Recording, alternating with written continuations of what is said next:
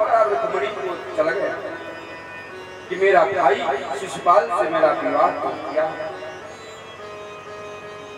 तो अपनी भाभी से कहती है, रुक्मिणी की शादी हो गई थी, भाभी से कहा भाभी मैं शिशुपाल से विवाह तो नहीं करूंगी, अपने प्राण त्याग दूंगी, पर मैं द्वारिकाधीश को अपना पति मानती हूँ। उनके गुणों को ब्राह्मणों के द्वारा सुना था, क्योंकि ब्राह्मण भिक्षाटन कई गांव करता है, कई राज्यों में जाता है। तो ब्राह्मण जब भीष्मक राजा के दरवाजे पर आवे तो द्वारिकाधीश की बड़ी बड़ाई करते थे, बहुत अच्छे हैं, ये हैं, वो हैं, बड़े सुंदर हैं, क्या सुंदर उनका सांवला शरीर है। तो आज भाभी ने कहा एक पत्र लिखो, चिट्ठी पर, अब तो हर बार तुरंत होता है, यहाँ से हेलो करो वहाँ लाइन मिल जाती है। पहले के जमाने में मोबाइल नहीं थी, अब तो विवाह जैसे तय हुआ तो परंपरा बदल गई है। पहले चिट्ठी में लिखा जा, और चिट्ठी भी हफ्तों लग जाता है पहुंचने में, भाई डाक द्वारा जाना समय लगेगा। अब वो चिट्ठी लिखी, क्या लिखती है रुक्मिणी? श्रुत्वा गुणान् भुवन सुंदर श्रवणतां ते निर्विषयः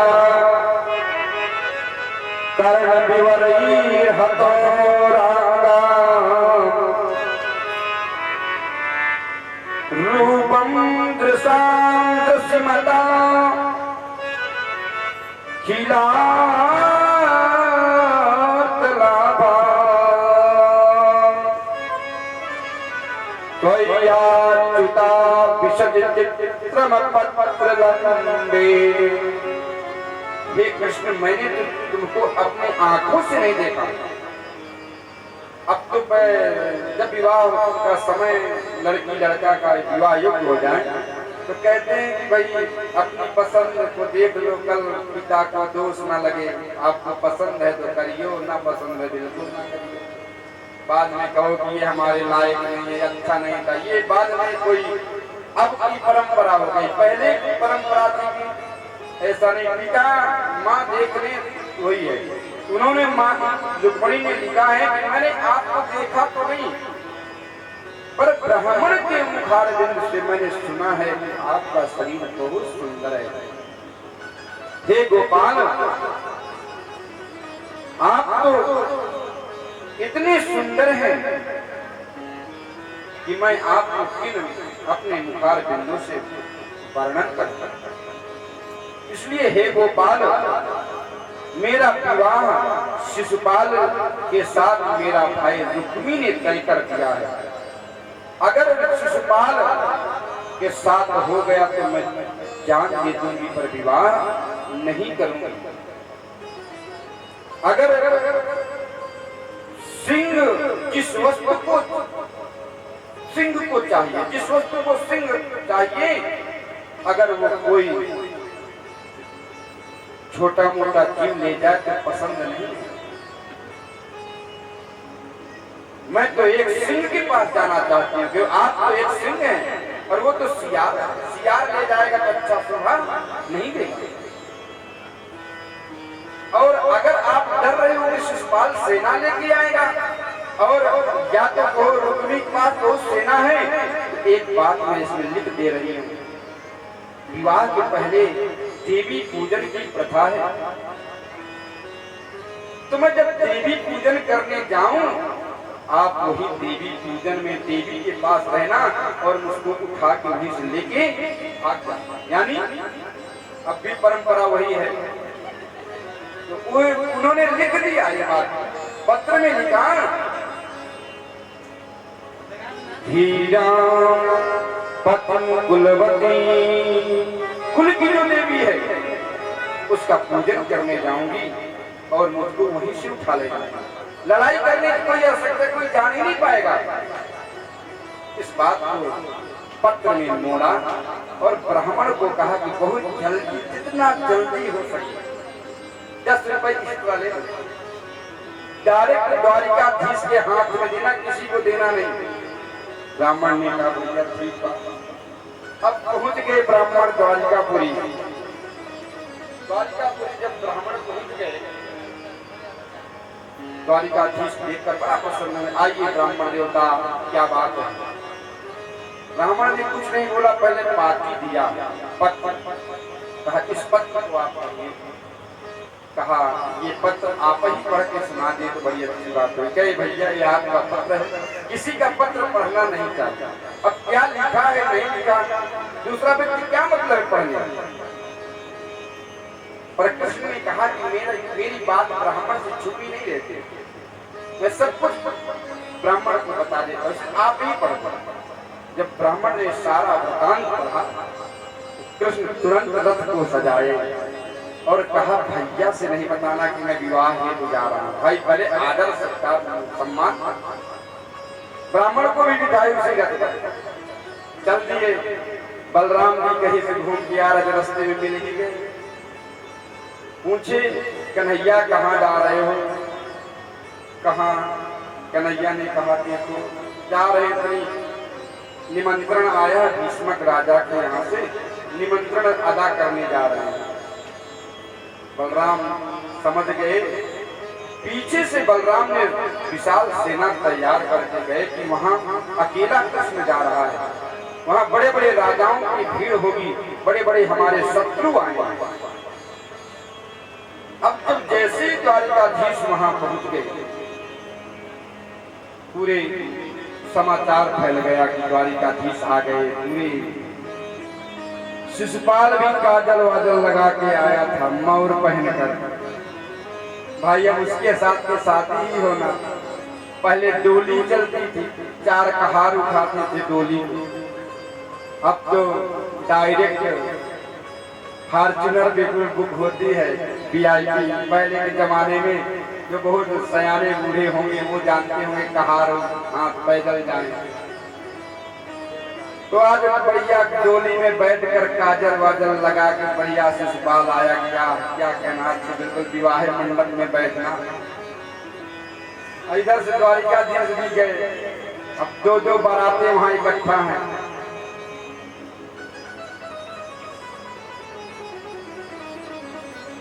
कथा के पहले मैं एक बात कहूं, कल 2 बजे से कथा होगी, कल विदाई समारोह है। कल 2 बजे से 5 बजे तक कथा होगी। सभी लोग कल 2 बजे इकट्ठे होंगे, हमारी 8 बजे की ट्रेन है। तो हम समय से कथा समाप्त करके हवन करा के हम लोग सब चले जाएंगे, क्योंकि हमारी 7 तारीख से बनारस के आगे मऊ जिला में हमारी कथा। तो कल सभी लोग अंतिम, भले आप 6 दिन कथा श्रवण करने ना आए, और अंतिम दिन की कथा अगर श्रवण कर लेते हैं तो पूर्ण फल 7 दिन का आपको प्रदान होगा। और 4-4 दाने सब कोई चावल लेके आएंगे, तो वही कथा के बाद मैं सबको वितरण करता हूँ। चावल अपने अपने घर से काल अंतिम सुदामा चरित्र भगवान के अपने धराधाम, कल परमात्मा भी अपने धाम को जाएंगे और हम भी प्रस्थान करेंगे। कल विदाई समारोह है, सभी को अपने अपने घर से 100-200 ग्राम जो भी हो मेरे भगवान के यहाँ अर्पण करके उसी चावल को हम सभी को वितरण करते हैं लास्ट में।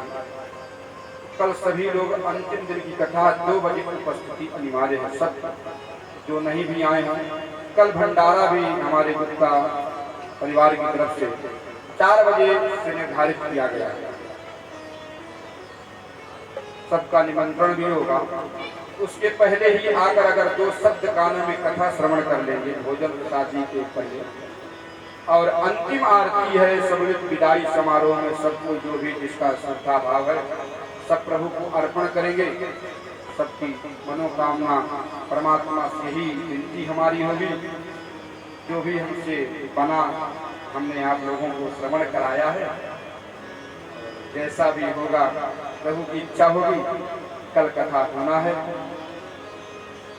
आशीर्वादी सब जरूर कल लेने के लिए अवश्य पधारेंगे। फिर नारायण की जैसी भी इच्छा है। तो आज द्वारकाधीश भी पहुंच गए और शिशुपाल भी पहुंच गया। रुक्मी को पता चल गया कि द्वारकाधीश आए हुए। आज भीष्मक राजा बड़े प्रसन्न हो गए, द्वारिकाधीश को बहुत चलते। उनका स्वागत सत्कार भीष्मक राजा ने किया, किसी ने नहीं किया, क्योंकि सब तो शत्रु बैठे हैं विपक्ष के। तो जैसे समय आया देवी पूजन का, 7 सखी पीछे और 7 सखी आगे। तो द्वारिकाधीश ने सोचा कि यहाँ ठीक है नहीं, यहाँ शत्रु है, तो वही रुक्मिणी ने लिख ही दिया है, तो वही देवी जहाँ पूजन करने जा रही है। द्वारिकाधीश तुरंत रथ लेकर पहले ही वहीं पहुंच गए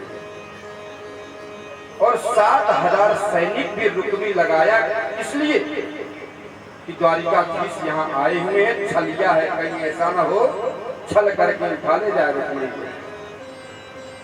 छलिया नाम है। 7000 सखियां चल दी।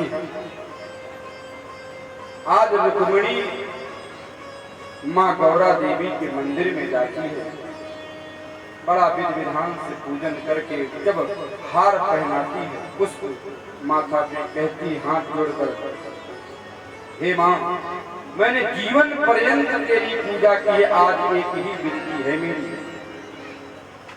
कि शिशुपाल भी आया है बारात लेकर, मुझे पता नहीं है कि मेरा द्वारिकाधीश आया है कि नहीं आया, अब तेरे हाथ पर मेरी लाज है,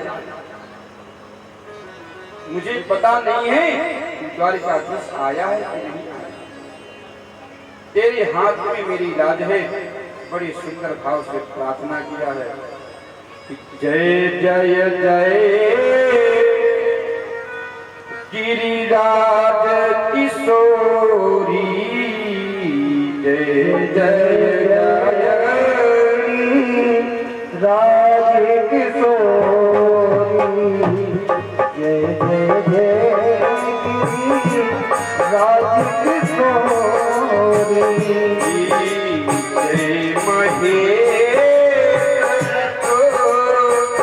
चंद्र चकोरी, जय महेश मुख चंद्र चकोरी, जय जय जय गिरी राज किशोरी,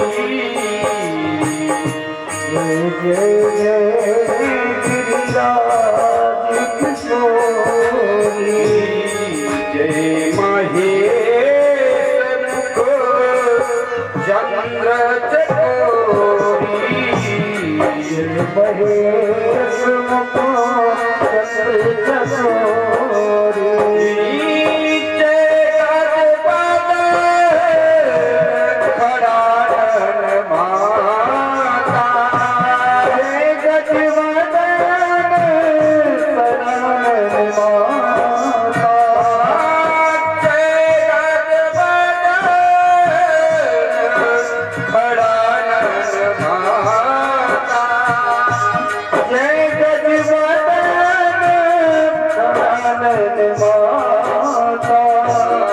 जगति जननी दामिनी दुर्गा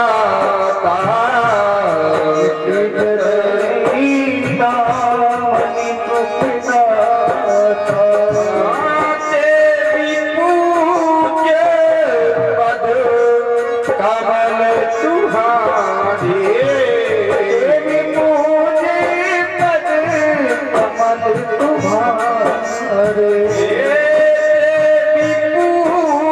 तुम्हारे, कमल तुम्हारे, देवी पूजे पद कमल तुम्हारे, सुर नर मुनि सब होहि सुखारे, सुर नर मुनि सब होहि सुखारे। हे माँ, मैंने तेरी जीवन पर्यंत पूजा किया, जब इस विनती को माँ ने सुना, सिर जैसे झुकाया, ओली को फसाला, फूल ओली में गिर गया। माँ गौरा ने वरदान दिया कि मिलेगा तो द्वारिकाधीश ही मिलेगा। जैसे माँ सीढ़ी से उतर रही थी, पहली सीढ़ी उतरी रुक्मिणी,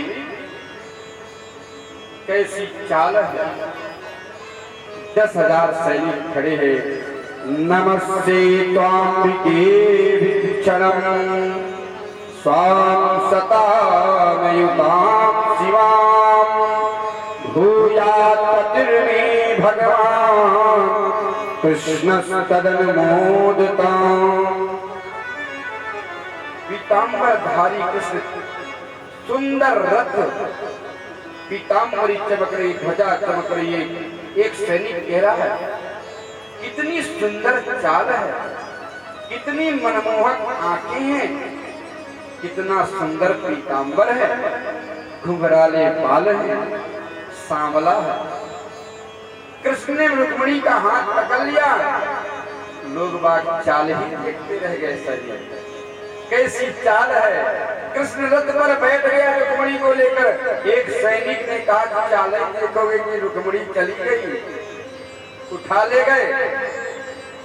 सैनिक दौड़ पड़े कि रुक्मिणी तो हमको जान से मार देगा, कि क्या कर रहे थे तुम?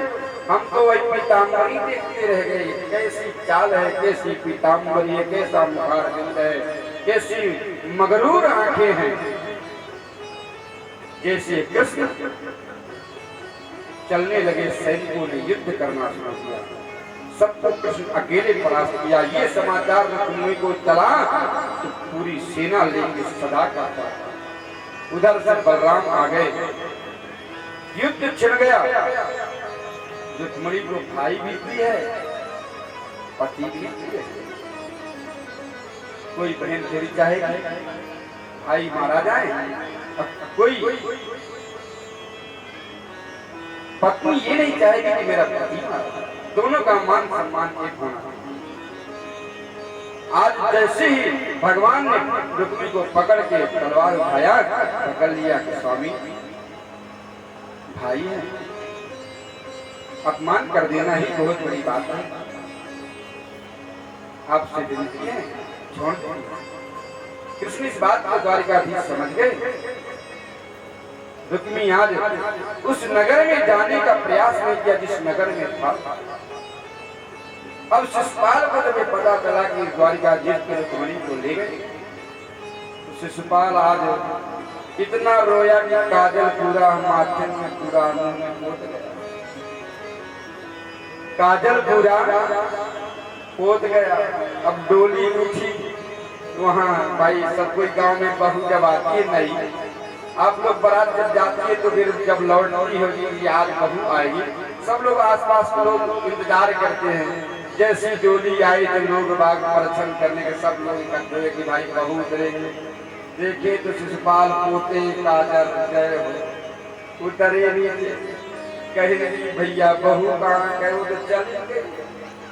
मंडप में हम बैठे नहीं पाए, मंडप के पहले उठ गए।